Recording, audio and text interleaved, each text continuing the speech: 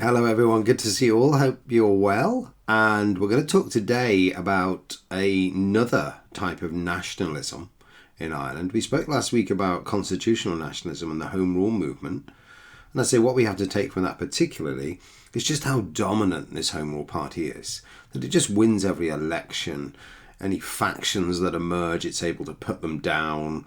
That it has, a very strong link with the Catholic Church and the establishment, as it were. And even though it hasn't achieved home rule, which is always this very peculiar thing, the fact is it's able to piggyback, if you like, on the achievements and the progressive policies that the British government have introduced, both conservative and liberal. Now, what's going to happen, and it's very interesting really when you think about this, this group of kind of inchoate nationalists, which we call advanced nationalists, as it were. When we think about advanced nationalism, we think about people who are more sort of separatist in terms of their ideology. People who want a more independent, if not a fully independent Ireland. Because, when you look at Home Rule, one of, I suppose, the interesting things about Home Rule is Home Rule essentially a kind of unionist policy? Because it kind of is. You can kind of see you're actually looking at binding yourself, as it were, closer to the union, rationalising the relationship. But there seems to be no question at all within the Home Rule orthodoxy of actually leaving, the British Empire at all. Some people have even questioned, is the Home Rule party a nationalist party? You can kind of see where that debate kind of comes from. But I think still it's true to say that so dominant is the Home Rule party that the nationalists, as it were, who are going to come to replace them in this revolution we've spoken about, are largely a political irrelevance in the first decade of the 20th century. Let's say there's a small minority of radical separatists, and it is remarkable how this group are going to come to dominate the agenda of Irish nationalism and the shape even of independent Ireland going forward. And I say we call it advanced nationalism because it's made up of lots and lots of different groups. It's a kind of cloud, if you like. You think about it as a cloud of different groups and individuals and so on that we kind of clump together rather artificially, which runs from, let's say, hardline militarists, revolutionaries, terrorists, whatever way you want to define them, to people who were interested in sort of Gaelic cultural revival, and sort of some pseudo political bodies or journalists, people writing radical newspapers and so on. They're all out there in a kind of cloud. And what we'll see when Sinn Féin emerges after the Easter Rising is this remarkable ability for them to bring all that together, that big cloud of people, under one umbrella and under one label. Because no one manages that before Sinn Féin. That's one of the great kind of achievements, really, of Sinn Féin. Now, I suppose the catalyst in many ways for the emergence of this advanced nationalism or this advanced nationalist cloud really comes after the crisis which emerges after the failure of the second Home Rule Bill, which follows, remember, swiftly on from the death of Parnell. So from the early 1890s, there is this kind of crisis of faith, really, within Irish nationalism. The Tories are back in power now. There's no chance that a parliament's going to arrive, certainly within the next 10 years. Turns out to be 20 years now. So there's a sense in which the kind of nationalism itself, settles down into this, I say, this Home Rule kind of orthodoxy and becomes, as I say, rather ossified and rather staid and so on. And it has been argued that what you actually get in that interim, so between, say, 1894 and the Easter Rising, if you like, or the First World War, is that nationalism is allowed to breathe, as it were. People are allowed to kind of start thinking now, what exactly is all this for? What are we doing this for? Why are we interested in creating our own parliament? Because the thing about Parnell and the thing about the Home Rule Party, as you'll notice, is it's very pragmatic. It's about rationalisation, really. It's about better administration. There's not much passion or romance. There's not, when we think of nationalism, that's what we tend to think of, this very romantic kind of attachment to cultural and ethnic kind of identities. We don't really have that with the Home Rule Party. It's not that kind of party at all. And what we do get emerging is a phenomenon which is known as the new nationalism. So this new type of more romantic kind of nationalism. And this is shown particularly from the 1890s, when we get the rise of a whole host of Irish cultural movements, which seek to sort of stem what they see as a kind of creeping Anglicisation of Ireland. There's various movements involved in this. So they're both trying to stop creeping Anglicisation, but also in a way trying to shore up, as it were, Irish identity. Define exactly what it means to be Irish, what things we should cherish. Now this is very typical of nationalist movements everywhere in the 19th century. Everyone is doing this. Defending the language, defending your culture, holding on to what it means to be you, as it were. And there's, I say, a number of movements, and just to mention a couple of these movements, the most popular by far is this, the Gaelic Athletic Association. Remarkably popular. Formed in 1884 by Michael Cusack. Essentially what this is doing is seeking to appeal to Irish youth. Now, the organisation has its sort of nativist credentials, if you like, where it talks about this idea that Irish youth should play Irish games, sporting game. Obviously, it's a sporting organisation. Authentic Irish games. And they campaign against what they call foreign games, or garrison games, the game played, as it were, by the British garrison, such as football, cricket, rugby.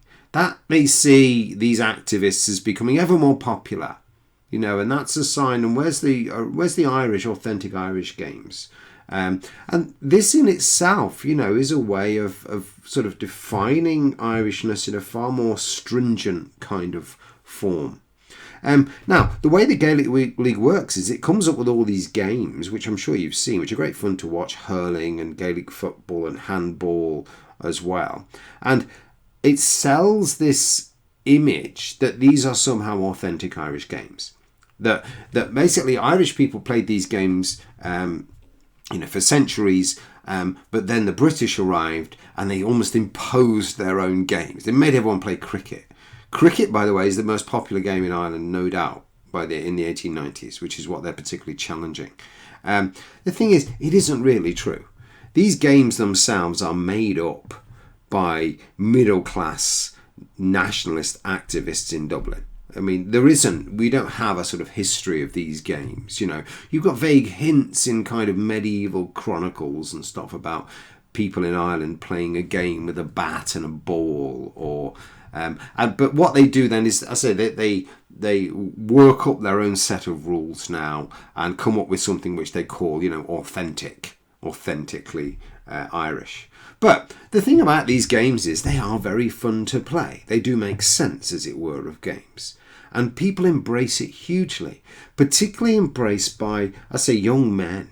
I mean, by 1908, there are 800 branches of the GAA across Ireland. 800 of these, tens of thousands of young men involved in this. And why are they doing this? Are they doing this because they're stridently nationalists now? They want to demonstrate their Irishness. There's no real evidence of that. They're doing it really because, to be quite frank, small town Irish life can be a bit boring.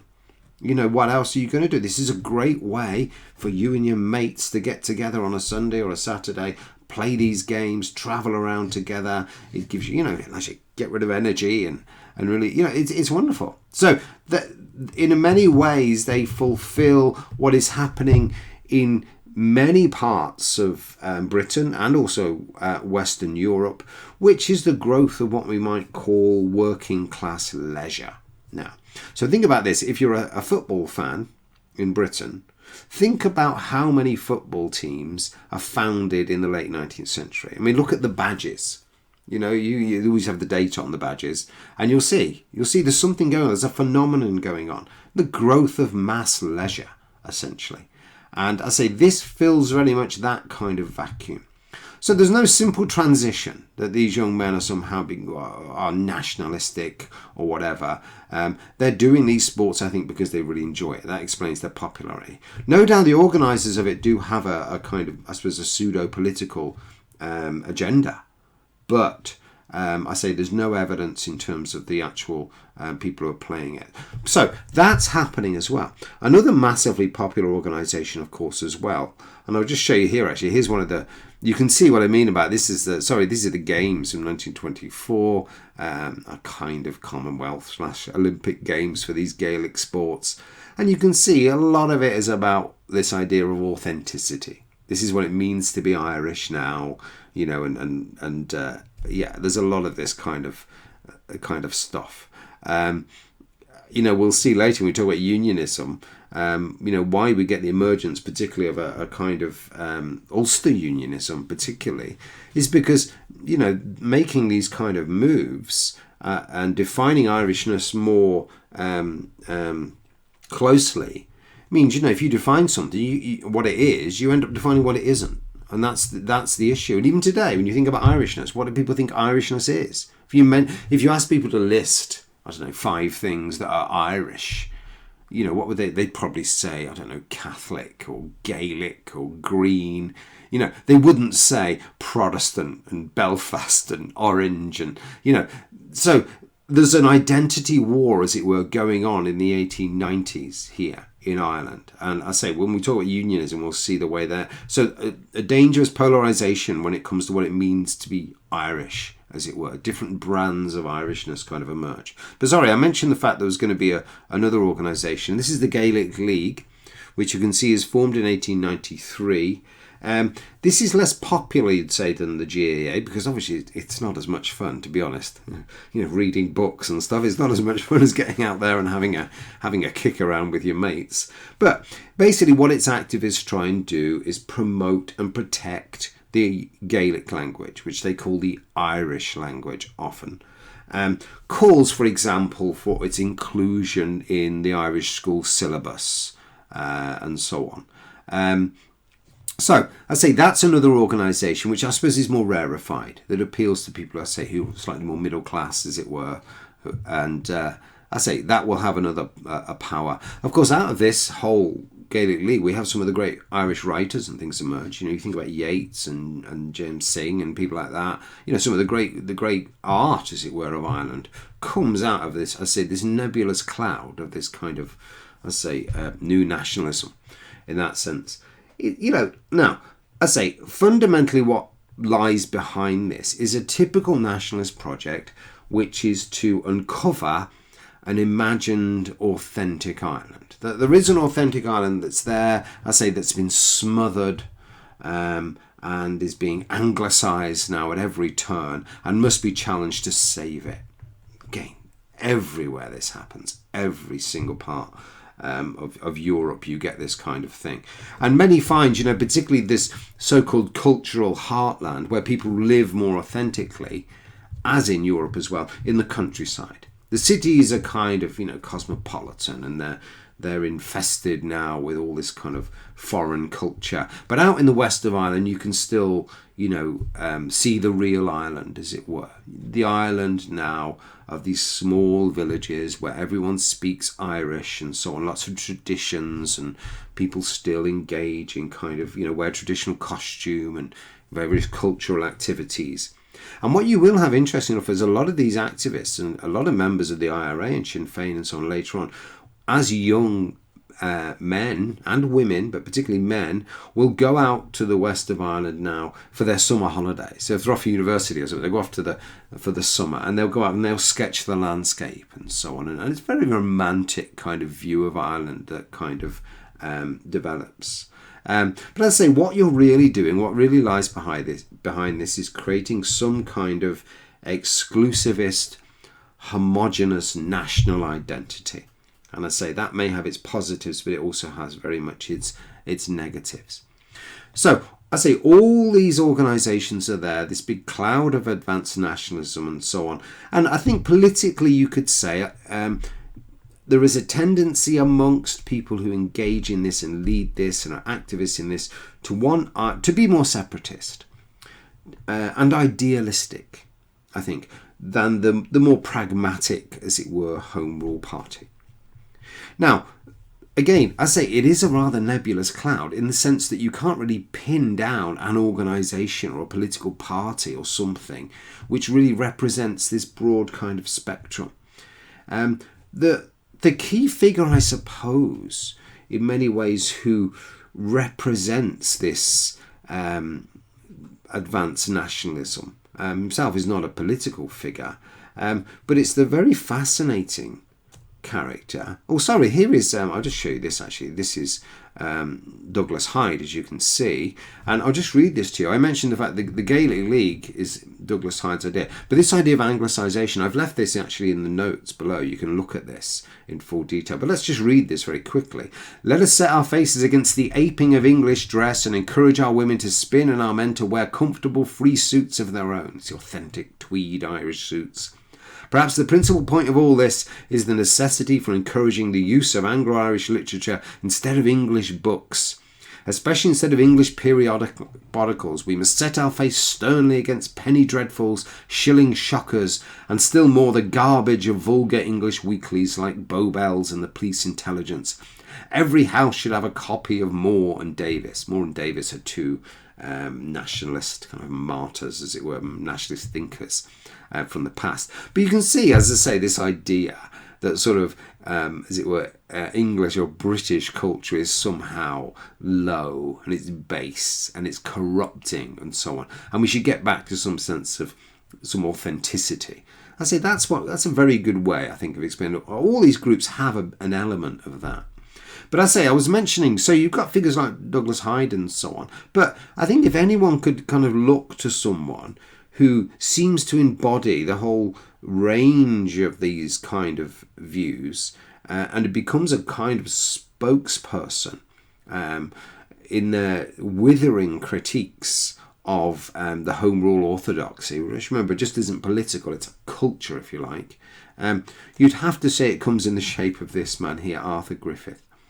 Arthur Griffith is a journalist, and he's a I don't know what you'd call him today. I suppose a shock jock, if you like. He would be, a Dan Rogan kind of figure. He's got a big gob and he's opinionated and he's a great writer, and he somehow people love to read him. He's sort of scandalous and he's kind of radical, always attacking the Home Rule party and all its kind of efforts. And I say, so you'd read him, and you read his newspapers and his columns and so on, and he seems to catch the spirit of the times.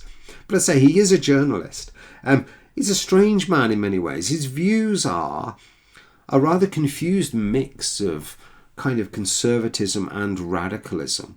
For example, don't think of Griffith as some kind of, I suppose, lefty progressive. He's not that kind of figure. He was a very bitter critic, for example, of Synge's play, the Playboy of the Western World, which sparked riots, of course, in Dublin in 1907. It was seen as so controversial because it did kind of display the peasantry, who everyone else is idealising, as rather miserable people who are living in poverty and, alcoholism and domestic violence. And it's a pretty grim world, which is more the reality, to be honest, of the Western Ireland. A very grim world to live. But I say being romanticised by these kind of Dublin intellectuals. So he attacks that. Very critical of Irish trade unionism, for example. Big critic of the Labour leader Jim Larkin and his radical sort of trade union protests. Certainly he would be no friend of someone like James Connolly, for example. So he's very conservative in that way. He also, Griffith, I was going to give you his right-wing credentials, if you like, he was also very anti-Semitic. And here's a typical quote from Griffith. He makes a lot of anti-Semitic statements like this. So it's not simple when you got with Arthur Griffith to find, as it were, some sort of progressive, visionary, nationalist hero, if you like. I say he is a very conservative kind of figure. The one thing you'd say about Griffith, to be fair to him, is he absolutely during his life showed no overt political ambitions at all, and has little seeming interest in money or personal glory or anything like that. But he is a figurehead. And at various times in his career, and we'll see this during the revolution, he will be someone that the British target. He will get this kudos now, even though he had nothing to do with Easter Rising. He had nothing to do with, let's say, radical politics at all. You can see he is rather kind of conservative in his own way. But he will get a place that he doesn't really deserve, to be honest, and doesn't seek. To be absolutely fair to Griffith, he's not that kind of character. And we'll see at various times as well that he'll step aside to allow other figures to take over the movement. So he steps aside in 1917 to allow Eamon de Valera to become president now of Sinn Féin, the leader of the movement. He'll do the same with Michael Collins in 1922. But he's always going to be there, Griffith. And I think particularly in the pre-rising period, he is a very interesting kind of, lightning rod or focal point for these kind of, this kind of unease that spreads across nationalist Ireland in the decades after Parnell. But his key contribution is journalism. He has lots of newspapers himself that are very influential. One called Nationality, which is very popular. A paper called The United Irishman. Most notably, a newspaper called Sinn Féin. And as we'll see, Sinn Féin itself begins as a newspaper. Sinn Féin roughly translates as ourselves or us. But yeah, he's the one who comes up with that name. And it's remarkable to think where that label will end up going politically. And I say, if you ever read Griffith's stuff, he's very incisive. He's a good writer, punchy in his analysis, and does present his ideas in a very kind of appealing kind of way. They're wonderfully mad, his ideas. They really are. Some of them are quite visionary about, say, the Irish economy or something like that. They are quite visionary and idealistic. Others are just mad. I mean, there's madcap kind of, ideas of what Ireland could look like in the future. If there's one signature thing, ideologically, you'd say, that Griffith gives to this movement, which doesn't really exist yet, but this movement that will come together in the wake of the Easter Rising, it is this idea of abstention.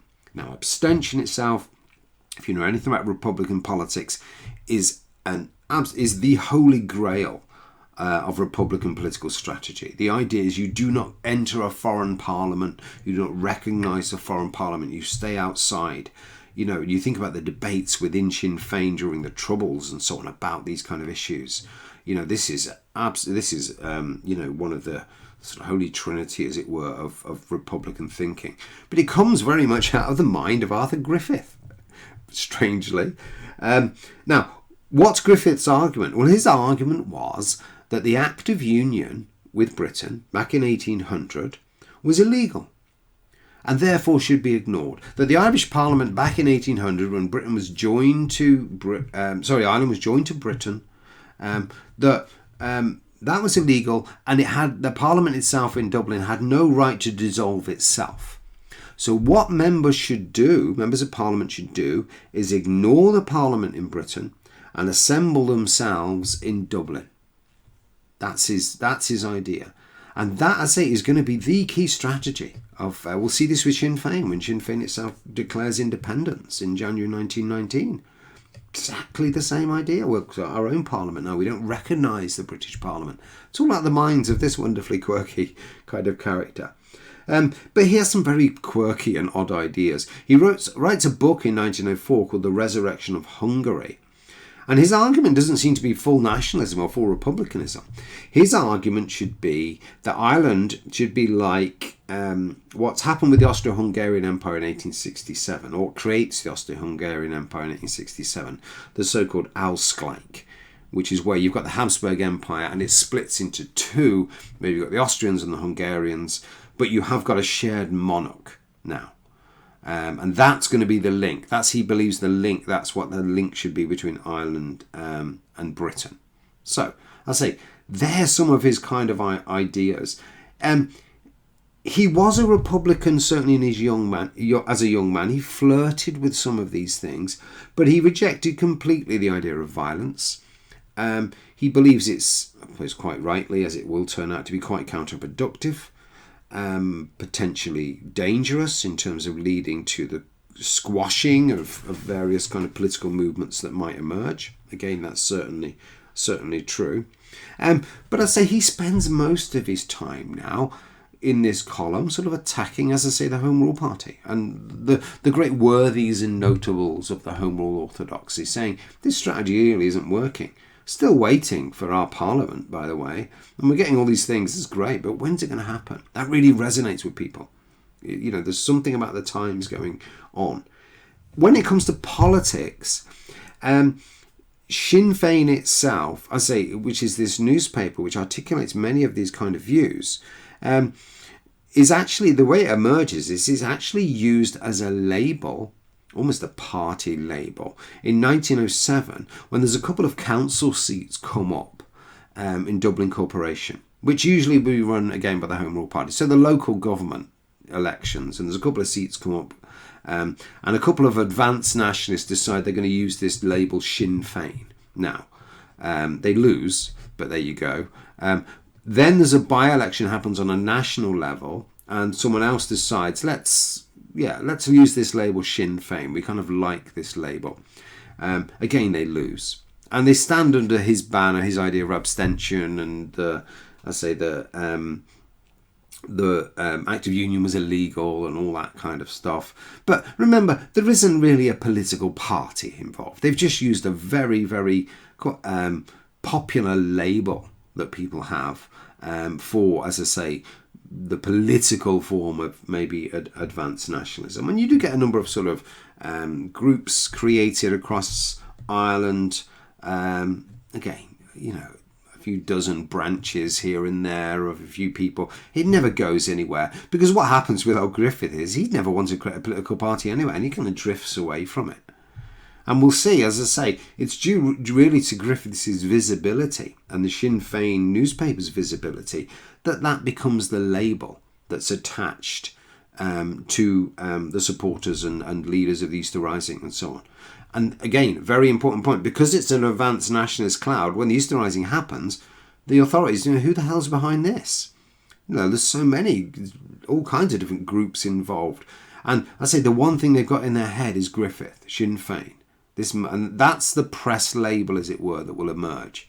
And will give now, as I say, Griffith a prominence now in this movement, a very peculiar central role in all of these developments. He's going to be in charge, essentially, of the Doyle government when De Valera is in America. He's going to be on the treaty delegation. Now he's going to sign the treaty. He's going to talk to Lloyd George about all these details. And, of course, when the provisional government's founded after the Anglo-Irish Treaty, the pro-treaty government, he's going to have a prominent role in terms of that as well. Now, I would say he didn't deserve this, but he didn't seek it either. But I say, because he's a figurehead, because he's someone that people identify, and the British particularly will target Griffith because even though he has nothing to do with anything, so he'll constantly be arrested and so on as a troublemaker. But his views, as you can see, are very far from republicanism, very far from maybe radical, progressive, left-wing kind of ideas, which other people in the movement will end up kind of having. But I say, so politically, if you want to find anything politically which we might sort of pin on an individual, then I think Arthur Griffith is the one person who kind of jumps out in this period. Now, what we'll do next time is move on to another aspect of advanced nationalism, and we're going to talk about the military side of the movement. And I thought I'd give that a separate lecture, because they're also part, as I say, of this advanced nationalism. We're going to talk about, I say, the military strand, as it were. We've talked about the constitutional strand, but the militaristic strand, I say, which has its own history, its own legitimacy, and so on. And we'll talk about that in the shape, particularly of the Irish Republican Brotherhood and the growth of Fenianism and so on. Okay, everyone, so I'll see you all next time.